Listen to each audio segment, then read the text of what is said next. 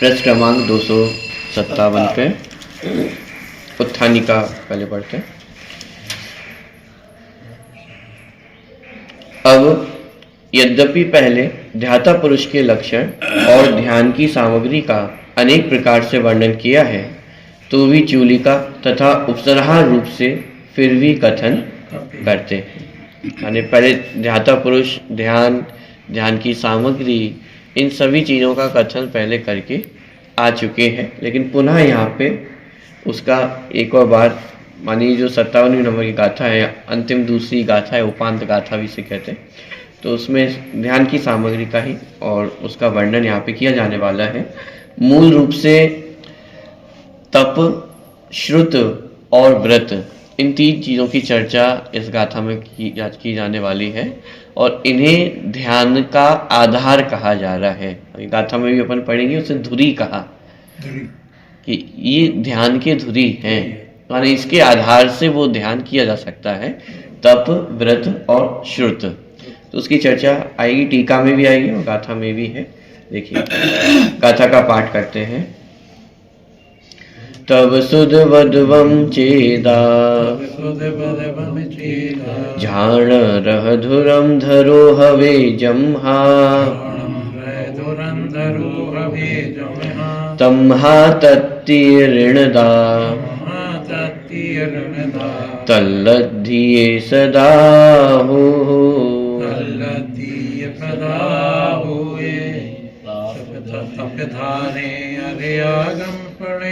व्रत पाले आत्मे में बड़े, ध्यान धुरंधर है विधि करे, तीन धरे रमणी भरे।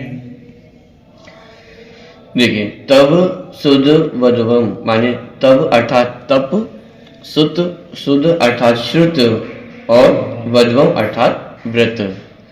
तप, श्रुत और व्रत कि इनको धारण करने वाला, झाण धुरम धरो कि इसको ध्यान रूपी रथ को धारण करने वाला होने से, जमहा माने यस्मात माने होता है होने से, जिसके कारण, जिससे। तो तप, श्रुत और व्रत रूपी ध्यान रूपी रथ को धारण करने वाला होने से, तमहा तत्तीय ऋणदा तल्लधिये सदा हो कि उस ध्यान को तल्लधिये, तत् माने वह माने ध्यान, लधिये माने प्राप्त करने के लिए, सदा हो माने सदा तत्पर रहना चाहिए। देखिए गाथा का अर्थ पढ़ते हैं। क्योंकि तप, श्रुत और व्रत का धारक आत्मा ध्यान रूपी रथ की धुरा धारण करने वाला होता है, इसीलिए हे भव्य पुरुषों, तुम उस ध्यान की प्राप्ति के लिए निरंतर तप, श्रुत और व्रत में तत्पर हो। माने मूल रूप से गाथा में इतना कहा जा रहा है कि उस ध्यान का आधार यदि कोई है तो वह तप, व्रत और श्रुत है। इन्हीं के आधार से ध्यान होता है। इसलिए यहाँ पे प्रेरणा दी जा रही है कि हे भव्य पुरुषों, तुम भी तप, व्रत और श्रुत में अपने उपयोग को निरंतर लगाओ अथवा उसको प्राप्त करने का उपाय निरंतर करो। क्योंकि तप, श्रुत और व्रत का धारक आत्मा ध्यान रूपी रथ की धुरा धारण करने वाला होता है। धुरा मतलब मूल वस्तु, जिसके कारण होना है। धुरा मतलब वो क्या कहें, स्तंभ। धुरा का मतलब होता है जैसे चक्र होता है, तो चक्र जिस कीली के आधार से चलता है उसे धुरा कहते हैं। जैसे रथ के पहिए हैं तो बीच में एक रॉड होती है जिसके आधार से वह रथ घूमता है, जिसके आधार से वह टिका रहता है, जिसके आधार से चलता है।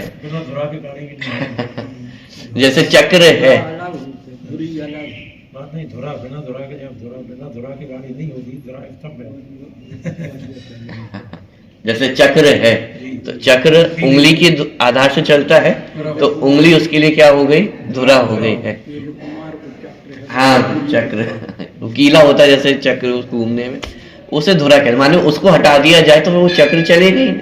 तो ऐसे ही यहाँ पे कह रहे हैं ध्यान के लिए धुरा कौन है, ध्यान रूपी रथ के लिए वो धुरे का कार्य कौन कर रहा है, कि व्रत, तप और श्रुत, कि ये तीन चीजें ध्यान की आधार है।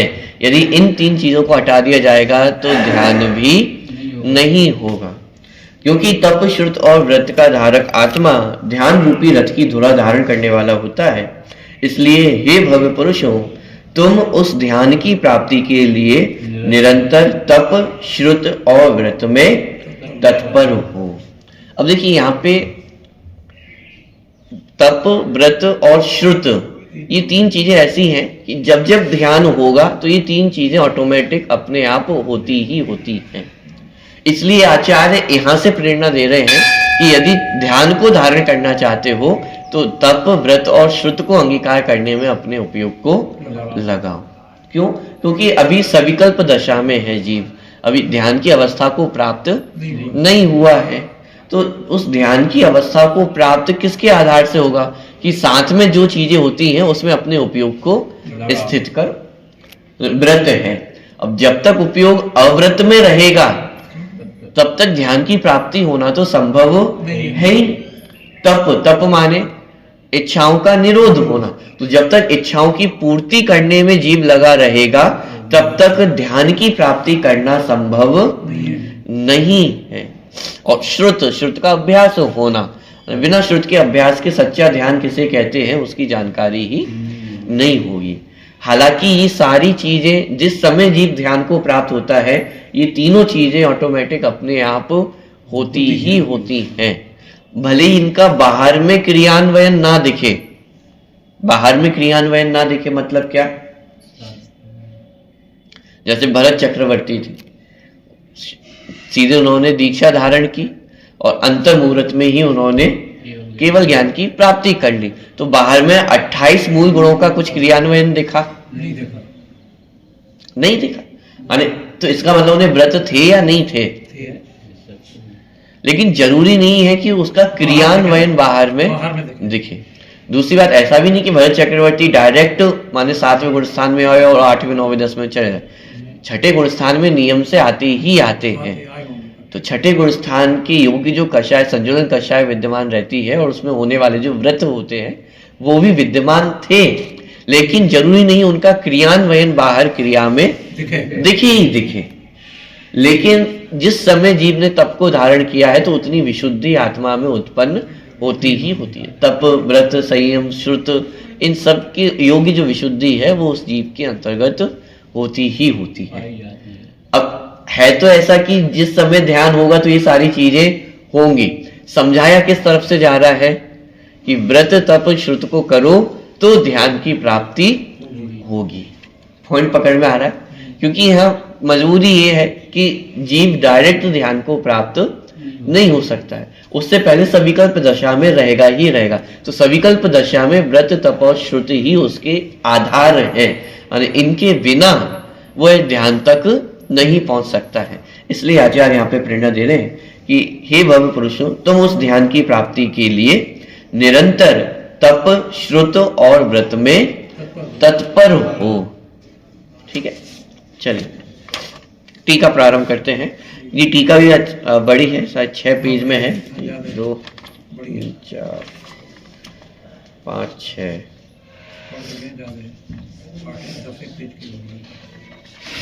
और भी है 7 8 9 10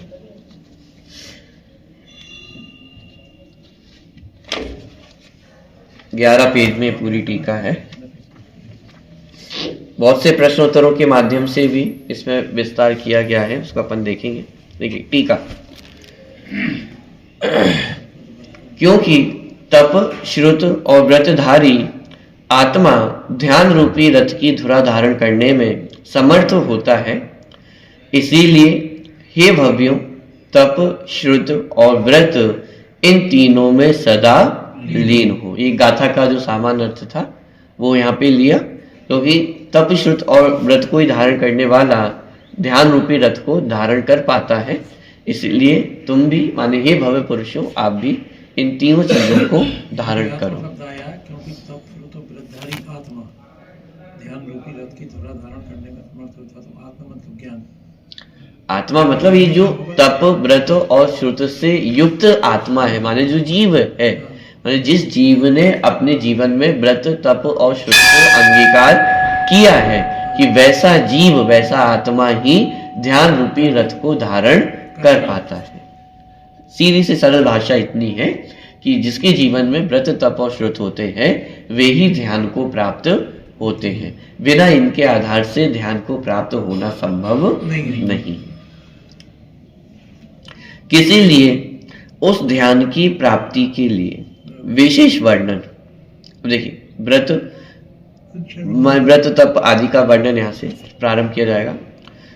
सबसे पहले तप की चर्चा, अनशन, अवमोदर्य, वृत्ति परिसंख्यान, रस परित्याग, विविध संयसन और काय क्लेश, ये 6 प्रकार के बाह्य तप और प्रायश्चित, विनय, वैयावृत्ति, स्वाध्याय, व्युत्सर्ग और ध्यान, ये 6 प्रकार के अंतरंग तप, इस प्रकार दोनों मिलकर 12 प्रकार के तप है। उसी प्रकार आचार, आराधना आदि नहीं ऊपर, उसी तप से साध्य शुद्धात्म स्वरूप में प्रतपन अर्थात विजय करने रूप निश्चय तप है। यानी बाह्य तप के आधार से जो साध्य शुद्धात्म स्वरूप में प्रतपन अर्थात विजय करने रूप निश्चय तप है। ऊपर अंतरंग और बहिरंग तपों की चर्चा ली। अब यहाँ पे देखना, उसके बाद फिर निश्चय तप की परिभाषा ली है। इसका मतलब ऊपर जिन तपों का वर्णन करके आए हैं वो व्यवहार तप है, और व्यवहार तप में बहिरंग तपों को तो लिया ही, अंतरंग तप को भी व्यवहार तप ही कहा जा रहा है। क्योंकि अंतरंग तप भी कौन कौन से है? प्रायश्चित, विनय, वैयावृत्ति, स्वाध्याय, व्युत्सर्ग और ध्यान। माने ध्यान तक को भी किस में ले लिया है? व्यवहार तप में। क्यों? क्योंकि यहाँ पे जो भी प्रायश्चित, विनय, वैयावृत्ति आदि है, ये सब उनकी जो व्यवहारिक पक्ष है उसको यहाँ पे गर्वित किया जा रहा है। प्रायश्चित है तो प्रायश्चित में भी पूरी व्यवहारिक प्रक्रिया है, जिसमें कोई अपराध हुआ तो उसका प्रायश्चित लिया, तो गुरु आदि के माध्यम से प्रायश्चित लेना, तो ये पूरी व्यवहारिक क्रिया ही है। विनय, वैयावृत्ति, विनय, वैयावृत्ति, स्वाध्याय में भी जो निश्चय वाला पाठ होता है, माने हाँ ये विकल्पात्मक अवस्था है पूरी, तो इसलिए इन्हें व्यवहार पक्ष के अंतर्गत ही लिया जा रहा है। तो स्वाध्याय, व्युत्सर्ग और ध्यान, ये 6 प्रकार के अंतरंग तप है। और फिर इसके बाद उसी तप से मतलब जो ऊपर अंतरंग और बहिरंग तपों का वर्णन करके आए हैं, उसी तप से साध्य शुद्धात्म स्वरूप में प्रतपन अर्थात विजय करने रूप निश्चय तप है। यानी व्यवहार तप को निश्चय तप का साधन कहा जा रहा है। और साध्य कौन है? कि शुद्धात्म स्वरूप, तो शुद्धात्म स्वरूप को प्राप्त होना यह निश्चय तप है। उसी प्रकार आचार, आराधना आदि द्रव्य श्रुत और उसके आधार से उत्पन्न निर्विकार स्वसंवेदन ज्ञान रूप भाव श्रुत है। यहाँ श्रुत का वर्णन किया 2 रूप से, द्रव्य श्रुत और भाव श्रुत। तो आचार, आराधना आदि द्रव्य श्रुत, माने जितने भी हमारे शास्त्र आदि हैं, जो जिनवाणी हमें प्राप्त हुई है, तो वह सब द्रव्य श्रुत और उसके आधार से उत्पन्न निर्विकार स्वसंवेदन ज्ञान रूप भाव श्रुत, ये जीव की जो ज्ञान की परिणति है उसे भाव श्रुत कहा। माने द्रव्य श्रुत के आधार से जो स्वसंवेदन ज्ञान प्राप्त हुआ है, माने बाह्य ज्ञान के आधार से जो जीव ने निज ज्ञान को प्राप्त किया है उसे भाव श्रुत कहा। तो उसके आधार से उत्पन्न निर्विकार स्वसंवेदन ज्ञान रूप भाव श्रुत है। तथा हिंसा, झूठ, चोरी, अभ्रम और परिग्रह का द्रव्य और भाव रूप से त्याग करना, वे 5 व्रत है। इस प्रकार पूर्वोक्त लक्षण युक्त तप, श्रुत और व्रत सहित पुरुष ध्याता होता है। वही तप, श्रुत और व्रत ही ध्यान की सामग्री है। और ये जो 3 चीजें यहाँ पे ली है, तप, श्रुत और व्रत, इन्हें ही ध्यान की सामग्री कहा जा रहा है। माने ध्यान करने के लिए किन किन सामग्री का होना जरूरी है? तो ये 3 सामग्रियां चाहिए, तप, व्रत और श्रुत। इन 3 चीजों के आधार से ही पुरुष है वह ध्याता होता है। कहा भी है कि वैराग्यम तत्व विज्ञानम नैर्ग्रंथ्यम समचित्तता परिशह जयश्चेति पंचेति ध्यान हेतवा। ये पंक्ति मूल रूप से कहां से ली गई है, इसका मतलब वर्णन यहाँ पे नहीं किया गया है। मूल रूप से जो पंक्ति ली गई है इसका अर्थ वैराग्य, तत्वों का ज्ञान, परिग्रहों का त्याग, साम्य भाव और परिशहों का जीतना, ये 5 ध्यान के कारण है। माने 5 ध्यान के कारण यहाँ पे गिना है। वैराग्य, तत्वों का ज्ञान, परिग्रहों का त्याग, साम्य भाव और परिशहों का जीतना, ये 5 ध्यान के कारण है। और ये पांचों ही जो ध्यान के कारण है वो इन 3 चीज में समाहित हो जाते हैं, व्रत, तप और श्रुत के अंतर्गत। तो जो वैराग्य है वह तप के अंतर्गत आ जाता है। तत्वों का ज्ञान होना मानी श्रुत के अंतर्गत, जो श्रुत का अभ्यास है, 6 द्रव्य 7 तत्वादि का ज्ञान है, वह सब तत्व ज्ञान है। श्रुत के अंतर्गत ये सारी चीजें आ जाती है। परिग्रहों का त्याग होना ये व्रत के अंतर्गत आ गया है। साम्य भाव होना ये तप के अंतर्गत आ गया। और परिशहों का जीतना ये पुनः व्रत के अंतर्गत आ जाता है। मानिए जो 5 ध्यान के कारण गिनाए गए हैं ये सब तप, व्रत और श्रुत के अंतर्गत समाहित हो जाते हैं। तो उन्हीं को संक्षिप्त करते हुए आचार्य ने 3 चीजों को लिया कि ये 3 चीजें ध्यान के आधार हैं, अथवा यहाँ पे 5 चीजों को ध्यान के कारण कहा गया है। शंका, भगवान ध्यान तो मोक्ष के मार्ग रूप है, मोक्षार्थी पुरुष को पुण्य बंध का कारण होने से व्रत त्याग करने योग्य है। ये बहुत रोचक प्रश्न खड़ा किया गया है और ये वही समस्या है जो वर्तमान में हमारे सामने प्रस्तुत होती है। जो प्रश्न हमारे सामने खड़ा होता है कि साहब आप पुण्य को ये कहते हो, व्रत संयम आदि को ये कहते हो, तो फिर उन्हें तो त्याग करना चाहिए। और आप कल्पना करके देखें, आज से कितने 1000 वर्ष पूर्व आचार्य के सामने भी ये प्रश्न खड़े हुए होंगे, तब तो उन्होंने यहाँ जिनवाणी में उनका वर्णन किया है। तब भी कोई ऐसा शिष्य होगा कि जिसने प्रश्न खड़ा किया होगा, और वो भी बहुत ज्ञानी शिष्य रहा होगा जिसने प्रश्न खड़ा किया है, क्योंकि पहले कह के आ चुके हैं कि भाई जो व्रत संयमादि के भाव है ये भी पुण्य भाव है, और मोक्ष मार्ग में पुण्य और पाप दोनों ही छोड़ने योग्य है। और फिर यहाँ पे शिष्य ने अपनी बुद्धि लगाई कि यहाँ जो ध्यान की चर्चा चल रही है वो तो मोक्ष मार्ग की चर्चा है। आचार्य ने स्वयं ही प्रश्न उठाया, ऐसे प्रश्न हो सकते हैं भविष्य में। मूल रूप से तो प्रश्न स्वयं आचार्य ने ही उठाए, तो कहने की शैली है कि शिष्यों के ने वो प्रश्न खड़ा किया, तो प्रश्न ये खड़ा हुआ। तो ध्यान तो मोक्ष मार्ग स्वरूप है, मोक्ष में ले जाने वाला है, और व्रत संयम आदि तो पुण्य बंध के कारण है, स्वर्ग आदि के कारण है। तो मोक्ष मार्ग में पुण्य भी कैसा है, त्याग करने योग्य, छोड़ने योग्य है। तो वही प्रश्न यहाँ पे खड़ा किया, भगवान ध्यान तो मोक्ष के मार्ग रूप है, मोक्षार्थी पुरुष को पुण्य बंध का कारण होने से व्रत त्याग करने योग्य है। मोक्षार्थी पुरुष को तो क्या करना चाहिए, व्रतों का त्याग करना चाहिए। क्यों? क्योंकि यहाँ जो गाथा मूल रूप से आ रही है 57 नंबर की गाथा, उसमें तो उल्टा उपदेश दिया जा रहा है। उसमें पहले जी कर दिया कि जो करते हैं उन्होंने कहा त्याग, नहीं करते उन्होंने थोड़ी कहा।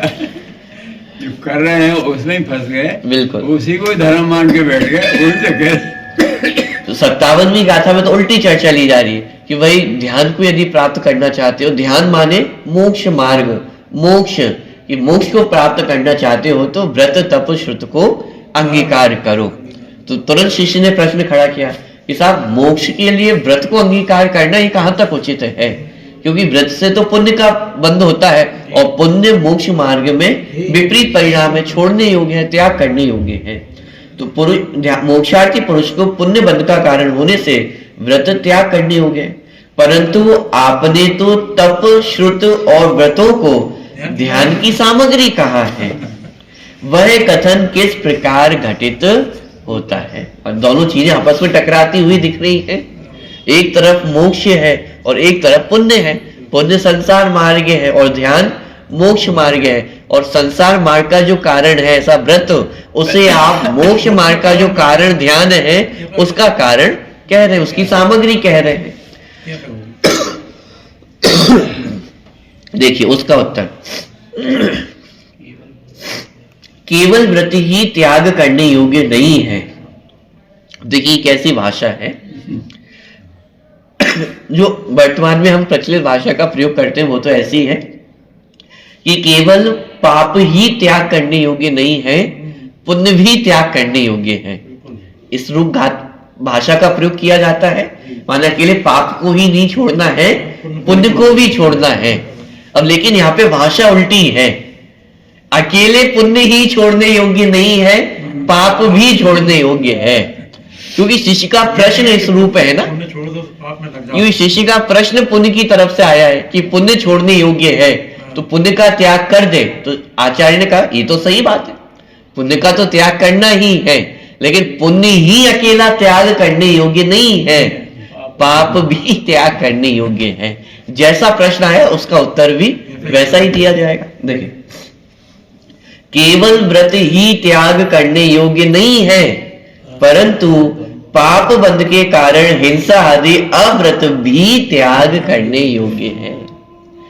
अब ये है थोड़ी अप्रचलित भाषा, क्योंकि वर्तमान में तो यही भाषा हमें सुनने को मिलती है कि पाप तो छोड़ने योग्य है ही, लेकिन पुण्य भी छोड़ने योग्य है।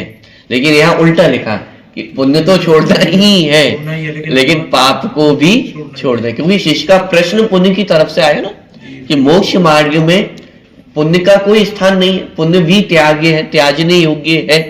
तो फिर आचार्य ने यहाँ पे समाधान किया कि आपने जो कहा वो तो बहुत सही कि मोक्ष मार्ग में पुण्य को भी कोई स्थान नहीं है, लेकिन भाई पुण्य को ही अकेले नहीं त्यागना है, पाप को भी त्यागना है।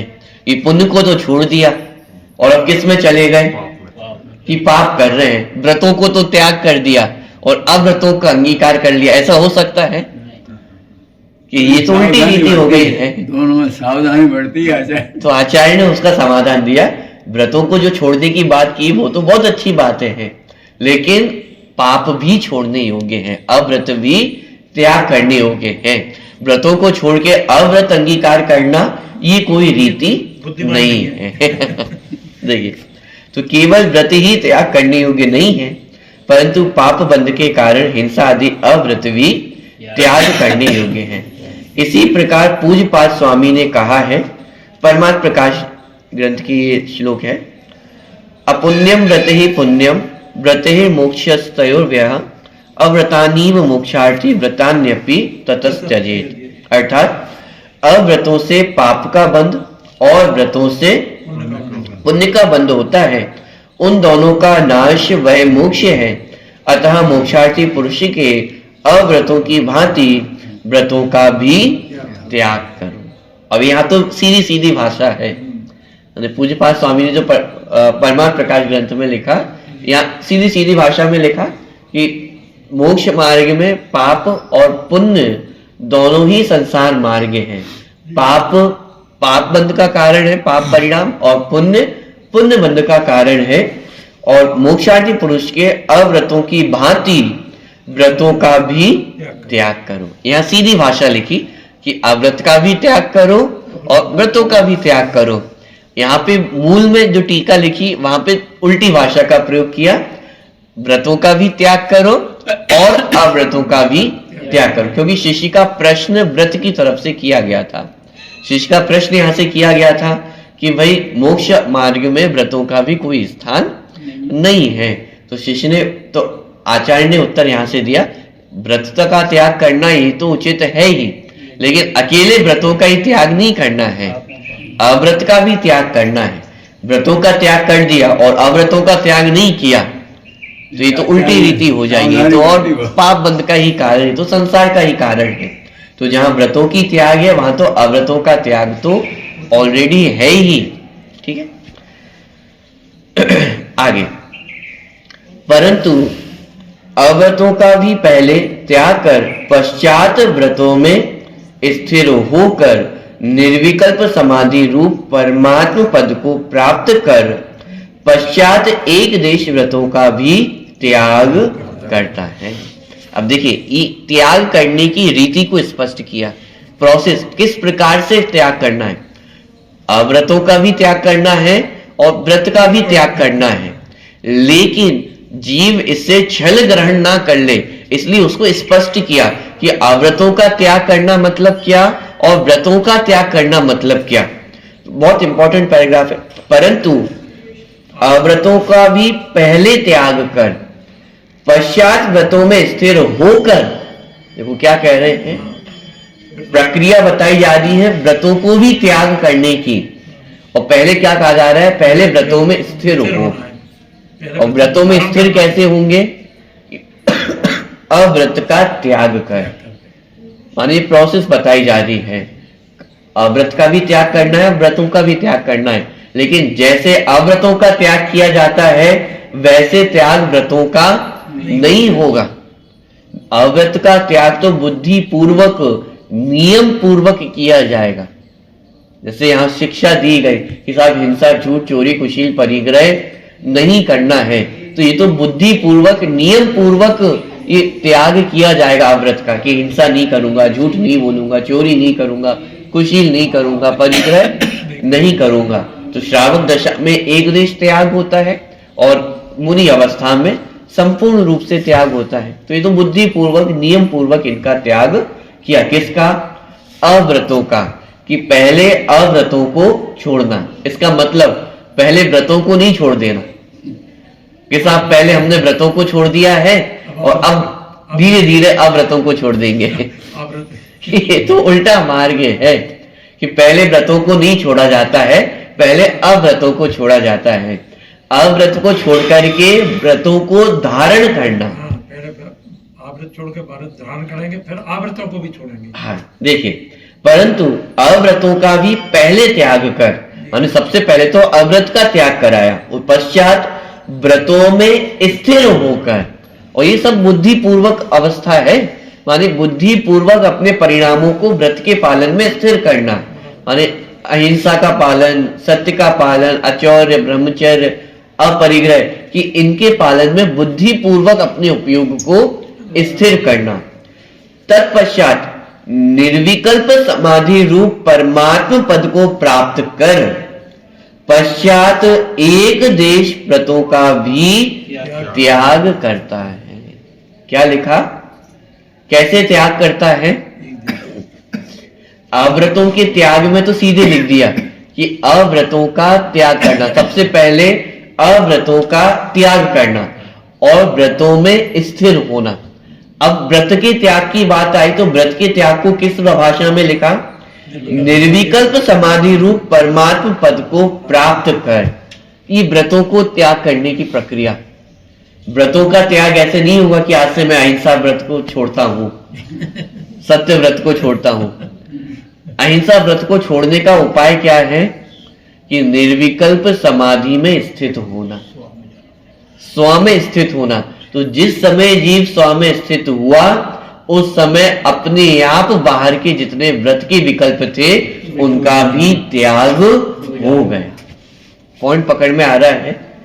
अव्रतों को तो डायरेक्ट त्याग करवाया, बुद्धि पूर्वक, नियम पूर्वक त्याग करवाया कि आज से मैं इन पांचों पापों का त्याग करता हूं, लेकिन ऐसे व्रतों का त्याग नहीं होगा। आज से मैं अहिंसा व्रत का भी त्याग करता हूं, ऐसा नहीं करवाया। व्रतों के त्याग की प्रक्रिया किस प्रकार है कि जब उपयोग आत्म स्वरूप में स्थित होता है, जब जीव निर्विकल्प समाधि में स्थित होता है तो व्रत भी अपने आप छूट जाते हैं। तो निर्विकल्प समाधि रूप परमात्म पद को प्राप्त कर पश्चात एक देश व्रतों का भी त्याग करता है। ये व्रतों के त्याग करने की प्रक्रिया। और इसी प्रकरण को मतलब टोडामल जी ने भी बहुत अच्छा अपने मोक्षमार्ग प्रकाशक ग्रंथ में स्पष्ट किया है। तो मूल आचार्य का कथन भी हमें यहां से प्राप्त हुआ है, वो आप यहां से पढ़ सकते हैं। वही भी श्री पूज्यपाद स्वामी ने ही कहा है, अव्रतानि परित्यज्य व्रतेषु परिनिष्ठिताः त्यजेत तान्यपि संप्राप्य परमं पदमात्मनः। अर्थात मोक्षार्थी पुरुष अव्रतों को छोड़कर व्रतों में स्थिर होकर परमात्म पद प्राप्त करे और परमात्म पद प्राप्त कर उन व्रतों का भी त्याग करे। ये परमात्म प्रकाश ग्रंथ की जो पंक्तियां हैं, तो इसके माध्यम से भी आचार्य ने स्पष्ट किया कि मोक्षार्थी पुरुष को अव्रतों का तो त्याग करना और अव्रतों का त्याग करके व्रतों में अपने उपयोग को स्थिर करना, तत्पश्चात निर्विकल्प समाधि को प्राप्त करके व्रतों का भी त्याग करना।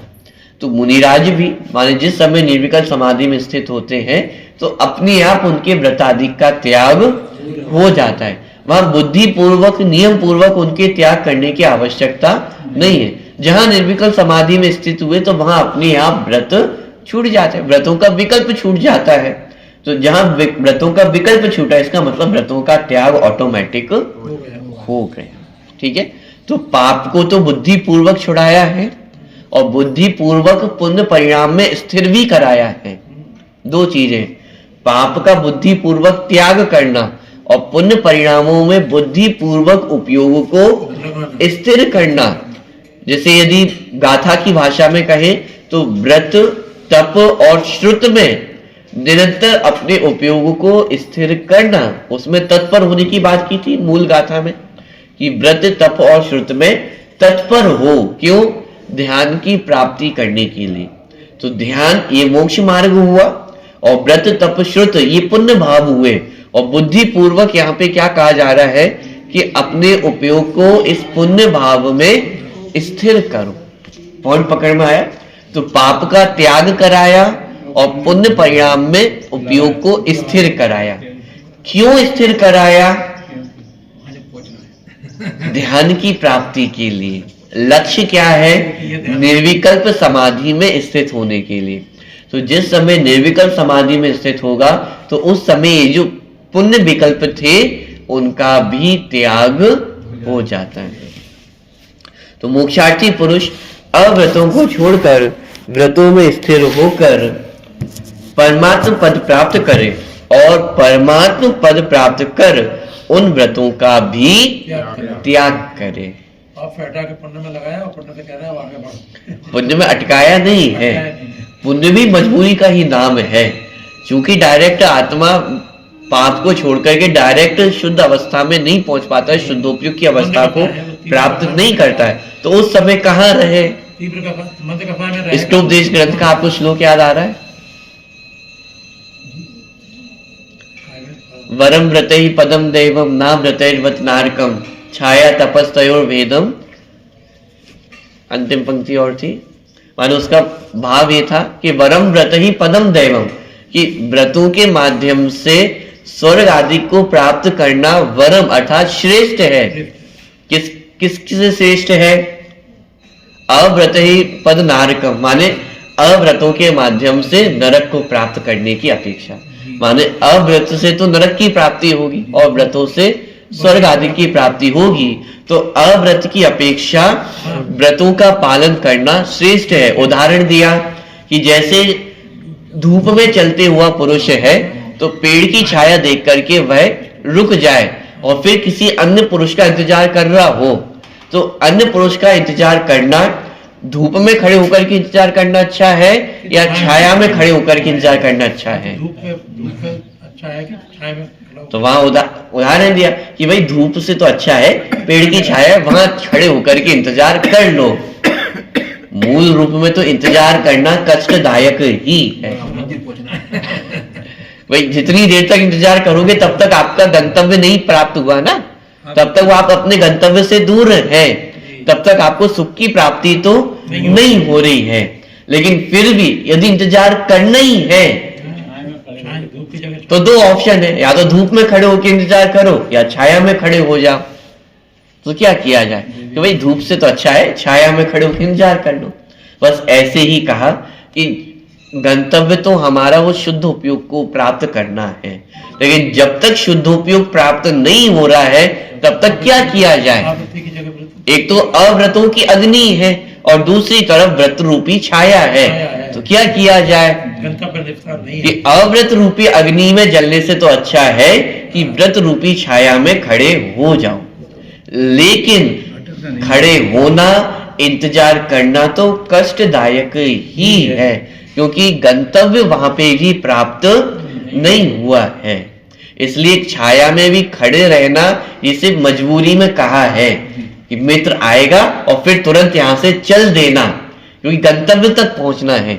उसी प्रकार अव्रतों को छोड़कर के व्रतों में स्थापित करवाया है, बुद्धिपूर्वक स्थिर करवाया है। लेकिन क्यों स्थिर करवाया है? कि जीव अपने गंतव्य तक पहुंच सके, और गंतव्य तक पहुंचने के लिए उस व्रत के परिणाम को भी छोड़ना होगा, क्योंकि व्रत के परिणाम भी पुण्य भाव है। और जैसा ऊपर शिष्य ने कहा था कि वह तो पुण्य बंध का कारण है, बंध के अभाव का कारण नहीं है। संवर निद्रा का कारण वह पुण्य परिणाम नहीं है। इसलिए मोक्ष मार्ग में उसे भी छोड़ना होगा। लेकिन छोड़ने का उपाय क्या है? कि आत्मा को प्राप्त करना, यही उसको छोड़ने का उपाय है। बिना आत्मा को प्राप्त किए यदि पुण्य को भी छोड़ देंगे तो फिर कहां पे गति होने वाली है? तो पाप रूपी गड्ढे में गिर जाओगे। तो इसलिए जब तक आत्मा की प्राप्ति नहीं है, बस उतने समय के लिए पुण्य को उपादेय कहा है। यानी ये भी मजबूरी का नाम है कि पुण्य को भी उपादेय कहना पड़ रहा है। गंतव्य कहाँ है? लक्ष्य क्या है? कि शुद्धोपयोग रूप अवस्था को प्राप्त करना। इसलिए यहाँ पे लिखा मोक्षार्थी पुरुष अव्रतों को छोड़कर व्रतों में स्थिर होकर परमात्म पद प्राप्त करे। यह एक प्रकार से उपदेश की शैली दी, आदेश की शैली है कि मोक्षार्थी पुरुष को क्या करने योग्य है। मान लीजिए मुनिराज साक्षात आपके सामने विराजमान हो और वो आपको उपदेश दे रहे हैं, आदेश दे रहे हैं कि क्या करने योग्य है, कि अव्रतों को छोड़ करके व्रतों को अंगीकार करे और तत्पश्चात परमात्म पद प्राप्त करे और व्रतों का भी त्याग करे। हटना नहीं है। भाषा ऐसी नहीं लिखी कि करना चाहिए, क्या लिखा? करे। यही करने योग्य है कि पुण्य में आकर के अटक गए हैं तो ये करना चाहिए, ऐसा नहीं कह रहे हैं। क्या करे? परमात्म पद प्राप्त करे और इन पुण्य परिणामों का भी त्याग करे। तो वही भाषा यहाँ पे लिखी, व्रतों में स्थिर होकर परमात्म पद प्राप्त करे और परमात्म पद प्राप्त कर उन व्रतों का भी त्याग करे। देखिए तो इस प्रकार यहाँ पे जो व्रत के संबंध में शिष्य का प्रश्न खड़ा हुआ था कि साहब व्रत तो पुण्य परिणाम है और मोक्ष मार्ग में पुण्य की कोई माने पुण्य को कोई स्थान नहीं है। तो आचार्य ने उसका समाधान इस रूप से दिया, माने डायरेक्ट मना नहीं किया है कि साहब आप पुण्य का त्याग कर रहे हो कि पुण्य का त्याग नहीं करना चाहिए। आचार्य ने कहा जितना आपने बोला है उतना तो सही है, ठीक है। मोक्ष मार्ग में पुण्य का कोई स्थान नहीं है। मोक्ष मार्ग अलग है और पुण्य ये संसार मार्ग है, बंध मार्ग है, दोनों अलग अलग है। लेकिन इतना समझना कि पुण्य जिस तरह व्रतों के आधार से माने व्रतों का त्याग करना कहा गया है, उसी तरह अव्रत का भी त्याग करना, मात्र व्रतों का ही त्याग नहीं करना है, व्रत के साथ साथ अव्रत का भी त्याग करना है। अब ये भाषा सुनने में थोड़ी अटपटी सी लग सकती है कि क्या कहा जा रहा है कि मात्र व्रतों का त्याग नहीं करना है, अव्रत का भी त्याग करना है।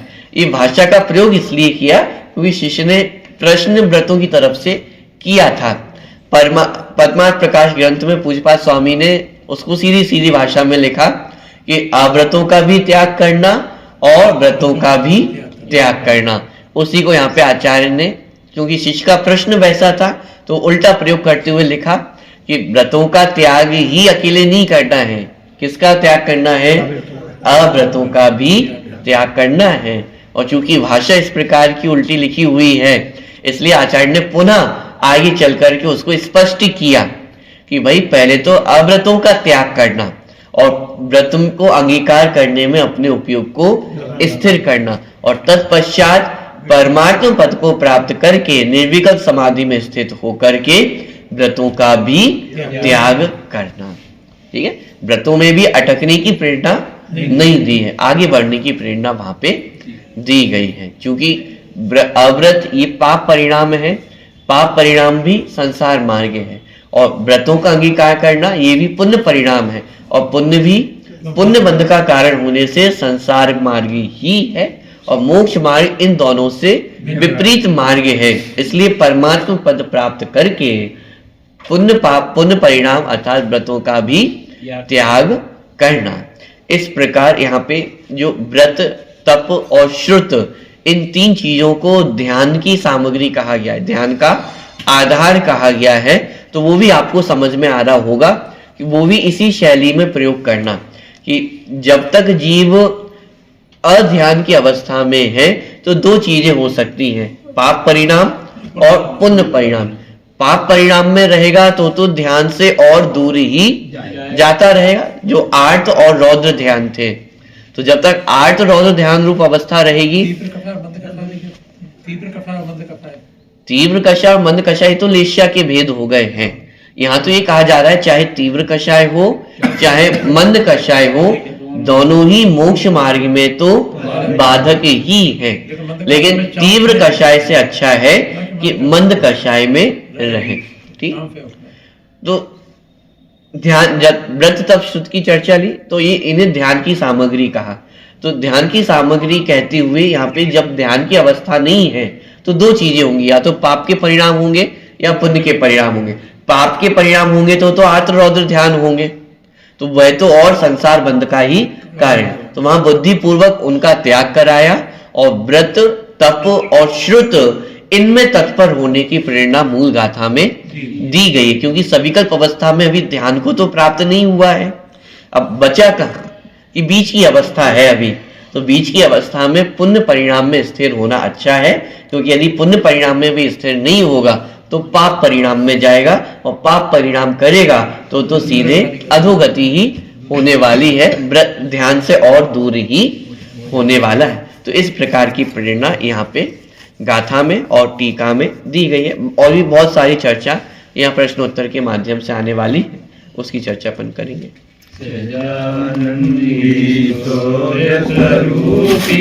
अविनाशी में आत्मस्वरूप, सहजानंदी सोच स्वरूपी अविनाशी में आत्मस्वरूप, सहजानंदी सोच स्वरूपी अविनाशी में आत्मस्वरूप। स्तुति नंबर 17, पेज नंबर 25, स्तुति नंबर 17।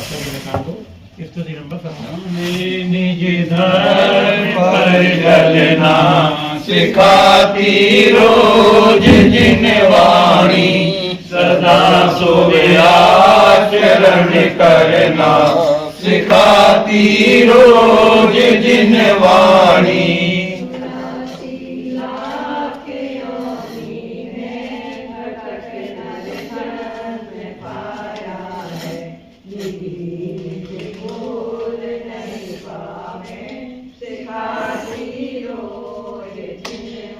ग्रहण करना नहीं करना सिखा निज क्या पढ़ाया है, वेद विज्ञान इसका भी कराती रोज जिन वाणी।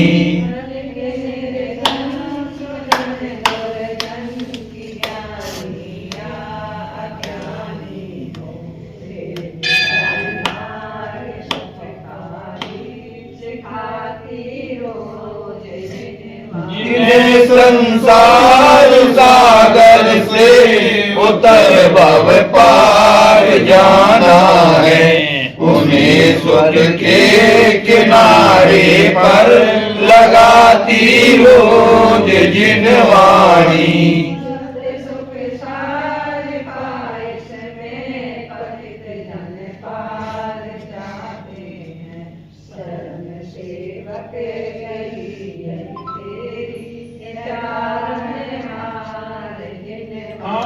संसार संसार सागर में रुलाते कर्म है आठों, करे किस भांति निकाच सिखाती रोज जिन वाणी।